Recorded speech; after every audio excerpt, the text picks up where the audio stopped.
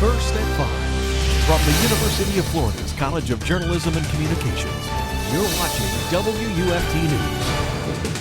A bill to ban sales of the drug kratom in Florida is focused on the potential for addiction in large doses. That's our top story tonight. Good evening. It's Wednesday, February 3rd. I'm Marie Edinger. And I'm Connor Ingalls. Thanks for joining us. Kratom leaves can be used to make a bitter tea or can be ground and packed into capsules and sold as a supplement or natural painkiller. The FDA is starting to track shipments as it weighs the risks of leaving kratom unregulated. The proposed ban passed a committee test today in Tallahassee. Lawmakers heard from a Florida mom who blames a sudden, intense addiction for the suicide of her son, an FSU student. This addiction literally took my young man over. My son was in just living hell. Critics say it produces a cocaine-like high and can be as addictive as heroin, and it's generally legal. Advocates say it may actually help wean people off heroin or help treat conditions with chronic pain, but the bill's sponsor says there are problems with leaving it unregulated. There are no controls over access or dosing. A 40-year-old man has been killed in a hang gliding accident at Marion County Airport. The Marion County Sheriff's Office confirmed that New Yorker Thomas Bain-Vicious was pronounced dead on the scene. Witnesses say Bain-Vicious's hang glider rotated right, then downwards during takeoff, causing the glider to crash into the ground. Bain-Vicious was participating in a training session with U.S. Hang Gliding Incorporated, a New York-based company relocated in Central Florida during the winter. Detectives with the Bureau of Special Investigations are working with the medical examiner's office to conduct an investigation. And the Florida Highway Patrol is investigating a fatal two-vehicle crash on US 301. The crash involved a semi and a pickup truck. FHP confirms one person was deceased on scene. The overturned semi has caused the southbound lanes of 301 to be blocked because of wood chips spilling onto the road. No hazmat issues are present at this time. FHP is asking all drivers to avoid the area and seek an alternate route. And more work for the Florida Highway Patrol. After an investigation, the driver of an Alachua County school bus that hit a child on a bike last week has been cleared. FHP says the bus driver was not at fault because the 7-year-old failed to follow traffic signals. The boy had hopped onto his bike after getting home from elementary school and was hit by a bus from another elementary making a drop-off. Troopers say the child ran a stop sign on his bike, was knocked to the ground by the bus's retractable arm, and the driver didn't see him. Neighbors say the boy is still in the hospital, but he is expected to recover. And spring certainly feels like it's arrived. It was our third day in a row in the 80s. But UF forecaster Amanda Hawley says that's all about to change. She's been tracking a strong cold front from the UF Weather Center. Amanda, when will it get here? The front arrives midday tomorrow, but I think we could start to see showers as early as daybreak. So your morning commute could be a little bit soggy. Here it is. I'm tracking it for you. That line of showers and thunderstorms is making its way towards north central Florida. Now, we did see a lot of cloud cover, some nasty cloud cover out there this afternoon. It kind of looked like it was going to drop some showers, but I think they will hold off until tomorrow morning. That's when rain chances are really going to ramp up. But temperatures tonight will still be mild. So enjoy the rest of tonight. There will be a little bit of cloud cover out there, but coming up, I'm going to track the timing of the rain for you tomorrow and where temperatures are going to go after the front moves through. Back to you. Thank you, Amanda. The boil water notice in Lottie is no longer in effect. The January 29th notice is over following the scheduled repair at the water plant and the satisfactory completion of the bacteriological survey showing that the water is safe to drink. And the smoke you might be seeing these next few days isn't coming from a wildfire. Don't worry. There's another prescribed burn taking place in the Ocala National Forest today. The 1,000-acre burn will be in Marion County, west of Highway 19 and north of Highway 40. Drivers in smoky areas should drive slowly with their lights on, especially if it's already foggy. Morning fog can mix with smoke and decrease visibility further, FHP warns. This is one of many prescribed burns planned for the Ocala National Forest this year. The Department of Agriculture Forest Service says the burns will improve wildlife habitat, eliminate vegetation buildup, and reduce the threat of wildfires. And the Zika virus has reached Florida, and Governor Rick Scott has declared a public health emergency in 4 counties due to the outbreak. At least 9 people in the state are infected, all thought to have been bitten by mosquitoes while traveling. WUFT's Sarah Gerard joins us live from the newsroom. Sarah, what's being done in Gainesville to prevent the virus from spreading? Well, Gainesville Mosquito Control Services have taken precaution for the outbreak and are monitoring mosquitoes for the disease. This morning, Gainesville Mosquito Control collected results from 4 traps set over the last 24 hours. The results identified only one possible vector for the Zika virus, the Asian tiger mosquito, but no trace of the disease. Although experts say it's important to avoid traveling to infested countries in South America and the Caribbean, they don't see a threat of mosquito-borne infection here anytime soon. Right now, mosquito population is very low. So in my personal opinion, the risk is very low. I'm talking about right now, not summertime. Mosquito Control Services emphasizes removing all standing water in and around your home. If you have natural ponds or retention areas that stay wet, there are fish that can be added to eat mosquito larvae. The viral infection is fairly mild but has been linked to very serious birth defects. Reporting live from the newsroom, Sarah Gerard, WUFT News. Thank you, Sarah. The result of a recent teacher survey shows Alachua County teachers' morale levels are low. That's right. The results, which were conducted by the Alachua County Education Association, shows the majority of teachers who responded feel overworked and underappreciated. WUFT's Sydney Martin joins us live here with more. That's right, Connor. 97% of the teachers who responded to the survey said they had to do more than their contractual hours in order to do their job adequately. The teachers union distributed the surveys to teachers' mailboxes, and the results are revealing how teachers feel about what is going on inside their classrooms. It shows 66% of teachers have seriously thought of leaving the teaching profession or retiring early this school year. And the reason for the strong deliberation to stop teaching? They are feeling overworked and underappreciated. The high stakes associated with standardized testing leaves teachers trying to get their students prepared for these tests.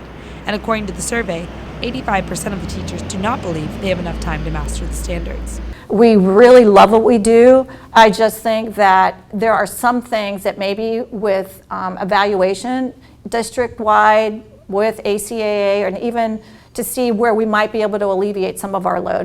With discipline meetings and evaluations, teachers say the amount of time they have been spending outside of the school day is leading to added stress. There's no way I could do a good job and be a highly effective teacher, which I've been always, and do it in the course of my school day. There is no way, because I need to spend time with my students. But the school board acknowledges the stress that teachers are currently feeling. We certainly share those frustrations, and we have shared those frustrations with folks at the state level, because all of those standardized testing requirements come from the state and federal government. And they are trying to help make changes. Johnson also says they are lobbying state legislators to cut down on standardized testing requirements that are adding stress in the classroom.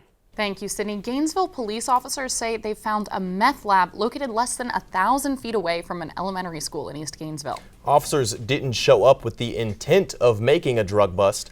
Ryan Nelson joins us live from the neighborhood. Ryan, how did officers make the discovery? Gainesville police officers thought they'd be evaluating Casey Rush for a potential Baker Act, but when they arrived at her apartment, they found a much different scenario. As soon as she opened the door, they were overwhelmed by the smell of ammonia and some other chemicals that were coming from the residence. But that was only the beginning. Rush's 3 children were also in the apartment, exposing them to hazardous chemicals. Officers say they noticed several chemicals involved in the manufacture of methamphetamine and drug paraphernalia in plain view. We don't have any indication that they were assisting or involved in the manufacture of it, but keep in mind when the officers opened the door originally, they were overwhelmed with the smell of ammonia. And just place yourself in that situation and understand that 3 small children have been in that situation. Another adult, Stephen Bryan, was asleep inside the apartment. When officers searched Bryan, they say they found a Crown Royal bag with meth and 3 capped needles inside. Officers stumbled upon the meth lab here at Forest Green Apartments at about 5 p.m. yesterday. But perhaps the most alarming part of their discovery was just how close the lab was to Rawlings Elementary School. Forest Green Apartments is located directly across the street from the school. Some residents are disturbed by the news. I felt really bad for the kids because I have a daughter myself, so I wouldn't never put her in any harm's way. And just seeing that kind of crushed me, being a loving father. So it was like I wish I could do something for the kids. Meth lab busts have steadily increased over the past few years in Alachua County, and while 2016 is still young, the trend seems to be following suit. Last year we were up to 25, and this year we're already up to 6, and we're just 5 weeks into the year. Now Rush and Bryan are being charged with maintaining a drug dwelling, 3 counts of child abuse, and the intent to distribute meth less than 1,000 feet from an elementary school. Reporting live, Ryan Nelson, WUFT News. Thank you, Ryan. WUFT News First at 5 is just getting started. Coming up, Marion County officials say money they're collecting will be for good use, but some residents are saying to find the money elsewhere. Plus, a new app is letting UF students help each other out with tasks both mundane and daunting. Those stories and more coming up after the break. And a strong cold front is inching closer to north central Florida right now. Coming up after the break, I'll tell you when the best chance for rain is and what kind of temperatures we'll see after this front moves through. You're watching WUFT TV News. Welcome back. Saturday's debate in New Hampshire will have fewer Republican candidates for president. That's right. Mike Huckabee bowed out right after the Iowa vote. Rand Paul called it quits today, and CNN says Rick Santorum will suspend his campaign tonight. For Rand Paul, fifth place in Iowa was just not enough. He says he can fight for liberty in other ways, though. Unlike Marco Rubio, Rand Paul always maintained the fallback position of seeking re-election to the U.S. Senate. So by the time the Florida primary rolls around, there may be a lot of names on the printed ballot that just don't matter anymore. But there will be a few local items for voters to decide, including a pocketbook issue in Marion County. There's a proposal for a local option sales tax. WUFT's Megan Bell joins us from the newsroom with the details. Megan? Advocates say this is a better way to meet unfunded needs. With local sales tax, even visitors will pay, rather than boosting property taxes. As I learned today, the Chamber of Commerce is on board, but it may be a tough sell at the grassroots level. We're an organization of business. We're not excited about taxes, but we also know that we have to invest to have the services and the roads that people depend on. The Marion County Chamber of Commerce has organized a political committee in support of the potential 1-cent sales tax increase. The local increase would generate about $166 million over a period of 4 years. The money would go towards 19 different projects throughout the county, including the replacement of Ocala fire rescue equipment. Some voters are skeptical, particularly about more funding for roads or pet projects. I would much rather have money going toward the fire rescue salaries, their benefits, any other thing they need. The chamber argues that these are necessary items for public safety. A huge need is for a backup communication center. If, let's say, there's a hurricane and it takes out our current communication center, we have no way for our first responders to communicate with each other. So that's really important. The money would also help the county and its cities pick up the pace of repaving and improving roads. Marion County voters will decide the fate of the tax proposal on March 15th. Reporting live from the newsroom, Megan Bell, WUFT News. Thanks, Megan. Now, if you're a University of Florida student looking to make a little extra cash or trying to save some time, one local startup may have the solution for you. That's right. WUFT's consumer and technology reporter Ryan Roberts joins us now with more on an app that's got your needs in mind. Ryan? Connor Marie, the app was actually started by a couple of UF students, and they're hoping to change the way their peers make money. These UF students have been working on their app Quirk for about 10 months now, and they are just about ready to release it to fellow Gators.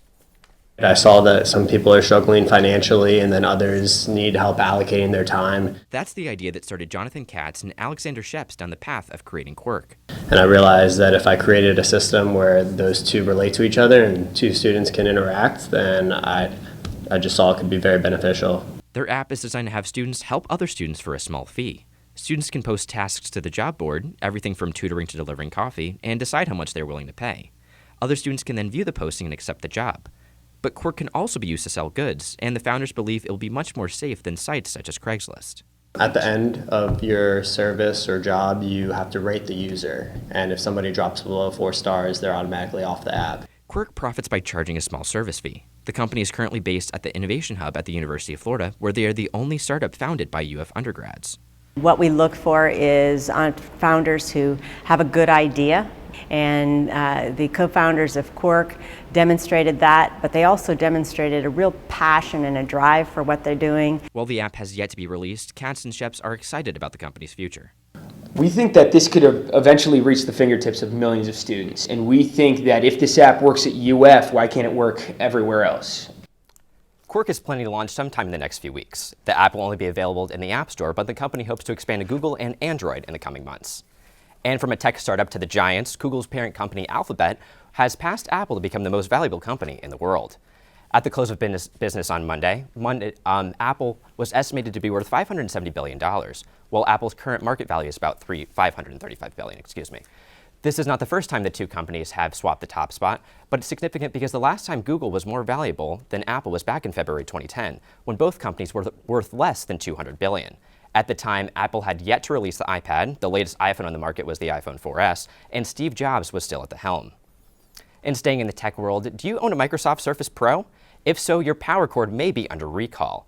Tech giant Microsoft is recalling power cords sold with the Surface Pro computers. The recall involves over 2 million AC power cords in the US sold separately with an accessory, with all models of the Microsoft Surface Pro computers being sold before March 2015. Microsoft has received 56 reports of overheating and 5 reports of electrical shock. Companies should stop using the recalled power cord and contact Microsoft for a free replacement. And Amazon is the largest online retailer in the world, but it may soon be opening more physical stores. A major U.S. mall retailer says Amazon plans to open up hundreds of in-person bookstores. The CEO of General Growth Properties said Amazon's goal is to open up 400 bookstores. However, he did not say how he heard of Amazon's plans. A spokesperson for Amazon has declined to comment. More physical storefronts would be a major reversal from the company that's thought to have put out several brick-and-mortar chains out of business. Thank you, Ryan. Now, these past 2 days have been incredibly warm, a sign that maybe spring is almost here. That's right, but we're going to have to put away the t-shirts for now. Amanda, we understand you're not tracking just one front, but 3. And not just 3 fronts, but 3 fronts in 10 days. And they're all going to be a little bit different in their own way. The first one arrives tomorrow with a good chance for some rain. I'm going to break down the 3 fronts here in my 3 big things. So the first one arrives tomorrow. It's slow moving. We're going to have rain starting as early as daybreak tomorrow and falling temperatures throughout the afternoon. The second front arrives Saturday evening into Sunday. We're going to get a few showers. This one's going to be a little bit weaker than the one that arrives tomorrow. A few showers Saturday evening, and then windy conditions will filter into north central Florida by Sunday. The third front, this one's going to be the coldest one, bringing Arctic air back to north central Florida. We're going to have freezes possible once again here Tuesday through Thursday. So let's focus on the now. We have one more night of some mild temperatures, mid-60s through around 2 a.m. Those rain chances remaining low until daybreak. Here's the front now on Storm Track radar. Check it out. There's a lot of lightning strikes associated with it. It doesn't look that impressive, but I do think there will be some more widespread rain as it inches more towards north central Florida. So this is future track through midnight. Now this front's going to look like it's coming right at us for a while, but it's actually going to slow down right before it gets here. And then by daybreak, I really think that widespread showers could start to cover north central Florida. Your morning commute could be soggy with some pockets of heavy rain in there. And throughout the afternoon, those heavy showers and light to moderate shower activity will continue through the entire afternoon and through around 6 p.m. I think those showers are going to start to taper off there. But check it out, those winds, they already started to come out of the north before that rain even started to clear out. So falling temperatures, check it out. We're going to actually hit around 65 by 9 a.m. The high temperature may be even occurring a little bit before then, but temperatures are going to fall throughout the entire afternoon. Even before that rain stops, it's going to be a very chilly, rainy afternoon here in north central Florida tomorrow as that front moves through. The next fronts don't arrive until the middle of the weekend, but here it is. All the way through Friday morning, those temperatures are going to continue to fall. 42 for a morning low here in Gainesville, 46 down in Ocala. So download our new app right now. It will alert you of any severe weather that does form. I'm not expecting too much severe weather, even maybe a few thunderstorms in there, but nothing severe as this front moves through. But just in case, download that app and it will alert you if anything does form. So just to recap, heavy at times for your morning drive, periods of rain for your lunch break, falling temperatures for your drive home. There it is, that second front arrives Saturday, and the cooler temperatures continue through the next 6 days. Thank you, Amanda. Well, the big day has finally arrived for high school athletes and college football fans alike. National Signing Day is the peak of the lengthy recruiting process for the top high school prospects in the country. WUFT sports anchor Kaylee Glider joins us now. That's right, Connor, and you're going to have to save those fax machine jokes for after the break, but stay tuned because I'll let you know who signed around the area today and who will be added to the Florida football roster. Stay tuned. Sports is next.